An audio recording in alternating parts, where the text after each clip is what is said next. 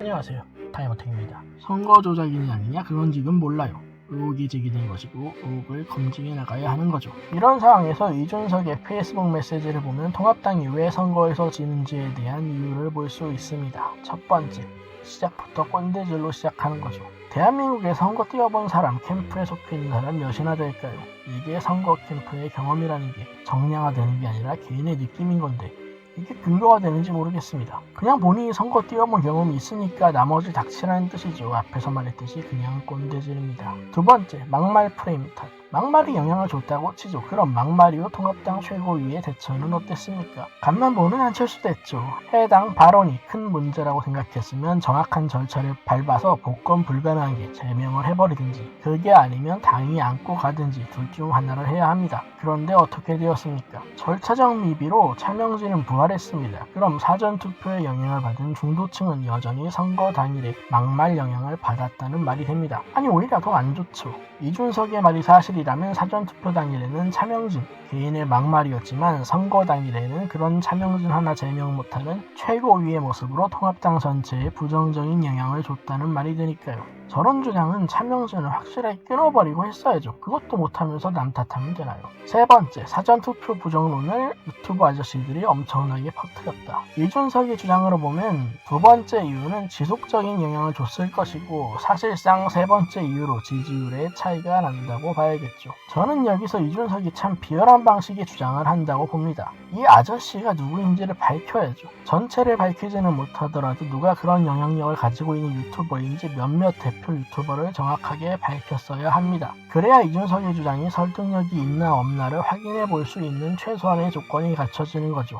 물론 밝혀진다고 해도 해석의 차이는 있을 겁니다. 그래도 지금처럼 완전히 검증 불가능한 주장을 하는 것보단 낫죠. 이게 반박에 들어갈 주장으로서 가치가 있습니까? 왜 밝히지 못하나 그 이유를 추측해보자면 우파 유튜버들은 전반적으로 문재인에 대한 비판을 기능하지만 동시에 야당인 통합당에 대해서도 비판을 하고 있다는 게 이유겠죠. 명확하게 밝히는 경우 이준석이 속한 최고위가 통합당 지지층들의 니즈에 맞춘 메시지를 내지 못한 게 선거 참패의 원인 중 하나로 부각될 수밖에 없죠. 이준석이 말한 사전투표 부정론에 영향을 받은 통합당 지지자들이 사전투표의 음모론에만 영향을 받았겠습니까? 아니면 해당 유튜버가 비판한 다수의 내용에 동의를 표했겠습니까? 그 전에 해당 유튜버들이 비판하는 것에 대해서 동의를 해왔기 때문에 의혹이라고 하기도 힘든 음모론 수준의 사전투표 부정론에 영향을 받은 것 아닐까요? 이준석이 해당 유튜버에 대해서 명확하게 밝힐수록 이준석은 자신이 속한 최고위가 반박하기 힘든 명확한 책임론에 노출되니까 말하지 않는 거라고 봅니다. 네 번째, 사전투표 조작에 대해서 본인 꼭 사전투표에 참여하라는 말을 했다고 합니다. 이 말을 풀어보면 통합당 최고위 의원의 발언보다 유튜버의 발언이 신뢰를 받았다는 겁니다. 사전투표 부정론을 하찮게 볼수록 그 하찮은 음모론 하나 지지자에게 정론으로 설득하지 못한 통합당 최고위의 무능만 강조하는 꼴입니다. 선거에 책임이 있는 최고위라면 왜 유튜버들의 말이 최고위에 속한 본인의 메시지보다 더 잘 먹히는지에 대해서 고민을 좀 해봐야죠. 고민을 할까요? 저는 모르겠습니다. 다섯 번째는 상대할 가치도 없는 뇌피셜이죠. 저 주장을 하려면 사전투표에 참가한 쪽이 출근한 쪽인지 출근하지 않은 쪽인지에 대해서 특정할 수 있는 근거를 함께 첨부해야 하는데 그런 근거 없이 뇌피셜로 반박을 하면 어쩌라는 건지 모르겠습니다. 여섯 번째, 격에 맞는 데이터를 제시하라는 말, 맞는 말입니다.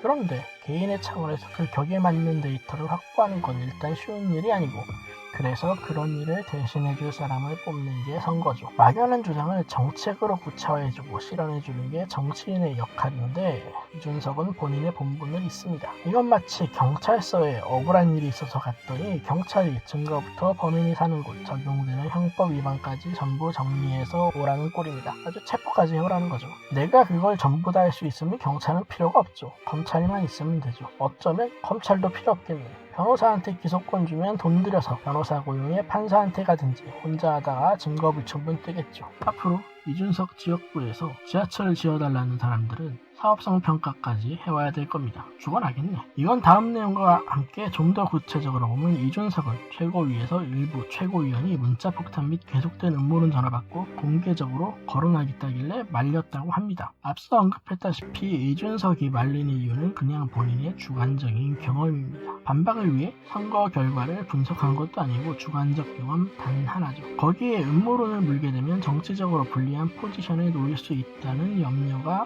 더해졌죠. 저도 이 부정선거 음모론에 무작정 동의를 하라는 건 아닙니다. 저런 의혹이 전반적으로 일었을 때 해당 의혹은 내부적으로 검토를 해서 부정선거를 주장하는 사람의 입을 닫을 정도로 명확한 근거를 제시하라는 거죠. 그게 아니면 그냥 입 닫고 있으면 됩니다. 간단하게 말하면 닥치게 하거나 닥치거나 둘 중 하나를 항공적으로 수행해달라는 겁니다. 부정선거를 주장하는 사람이 뇌피셜로 음모론을 주장한다고 치죠. 그에 대해서 공당 최고위원이 똑같이 뇌피셜로 반박하는 게 이준석이 말한 격에 맞는 데이터를 가지고 온 건가요? 누가 더 엄밀한 근거를 가지고 주장을 해야 되겠습니까? 이건 사인간의 키배가 아니에요.